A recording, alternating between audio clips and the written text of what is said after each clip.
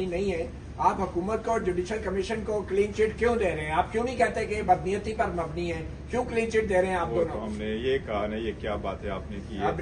नहीं, उन्होंने हम ये कह रहे हैं, ये बात सुनो, हमने ये कहा है कि जिस जजेस को आप ट्रांसफर कर रहे हैं वो बदनीयती पर मबनी है, और जज के ट्रांसफर के जो जेन्युइन रीजन आर्टिकल आइन का जो कह रहा है कि इस रीजन की वजह से ये आप ट्रांसफर कर सकते हैं, हम कहते हैं ये बिल्कुल गलत है। वो रीजन नहीं, मैं तो ये कह रहा हूं, आपने कहा बिला वजह बदनीयती नहीं है। नहीं, मैंने ये नहीं कहा, मैंने कहा तीन चीजें हो सकती हैं। नहीं, आपके नजदीक ये बदनीयती है या नहीं है? मेरे नजदीक तो देखें, ये गैर कानूनी इसलिए सिंपली कि आप बदनीयती है या नहीं है? जवाब ही आपने रीजन ही नहीं दिया।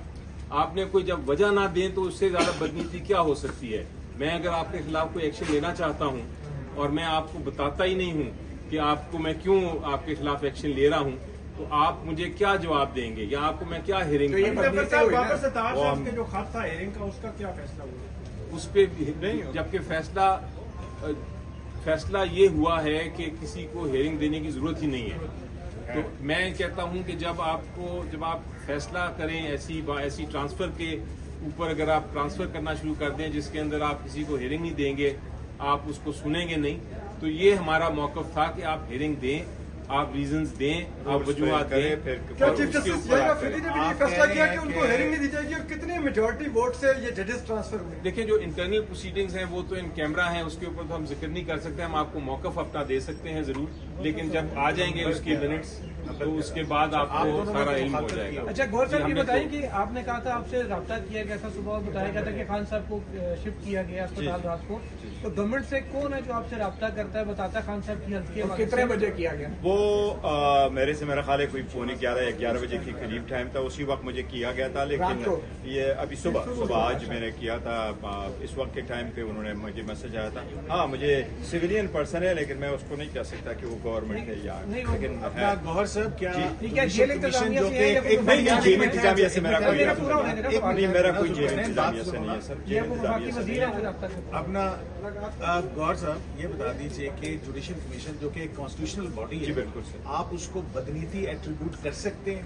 ये देखो, मैं के तौर पे भी और जुडिशल कमीशन के मेंबर के तौर पे भी इसकी राय दीजिए। देखिए, ये मैं आपको ये कह दूं, ये हर के बिल्कुल कर सकते हैं। आप सुप्रीम पार्लियामेंट को भी कर सकते हैं सर। देखिए, मैं आपको बताता हूँ, पार्लियामेंट ने जब कही है तो मैं आपको पार्लियामेंट का एग्जांपल देता हूं। ये कह रहे हैं ना पार्लियामेंट को नहीं कर सकते। कोई भी बंदा इस बात से मुबर्रा, मैं सुने तो सही ना, मैं कह रहा हूँ कोई भी आईनी इदारा ऐसा नहीं है जो इस बात से मुबर्रा है कि आप नहीं कह सकते कि मैं मतलब पीड़े आप उनको ट्रिब्यूट करें।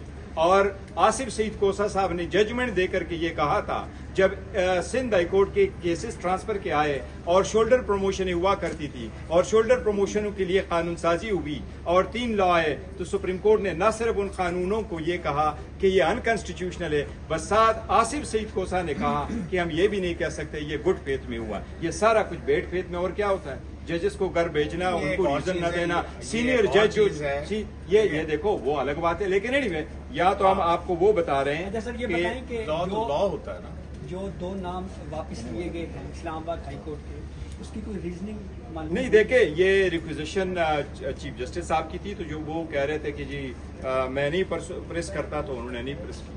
एक्चुअली 5 लोगों की रिक्विजिशन थी। अच्छा, पांचों ने वापस जफर साहब, क्या आप जुडिशल कमीशन के इस फैसले को चैलेंज करेंगे?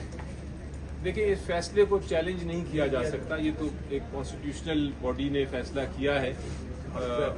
जुडिशल काउंसिल का फैसला चैलेंज हो सकता है, तो कमीशन का क्यों नहीं? वो देखो, वो जजेस पे डिपेंड करता है, जो इफेक्टिव जजेस। आप करते हैं कि नहीं?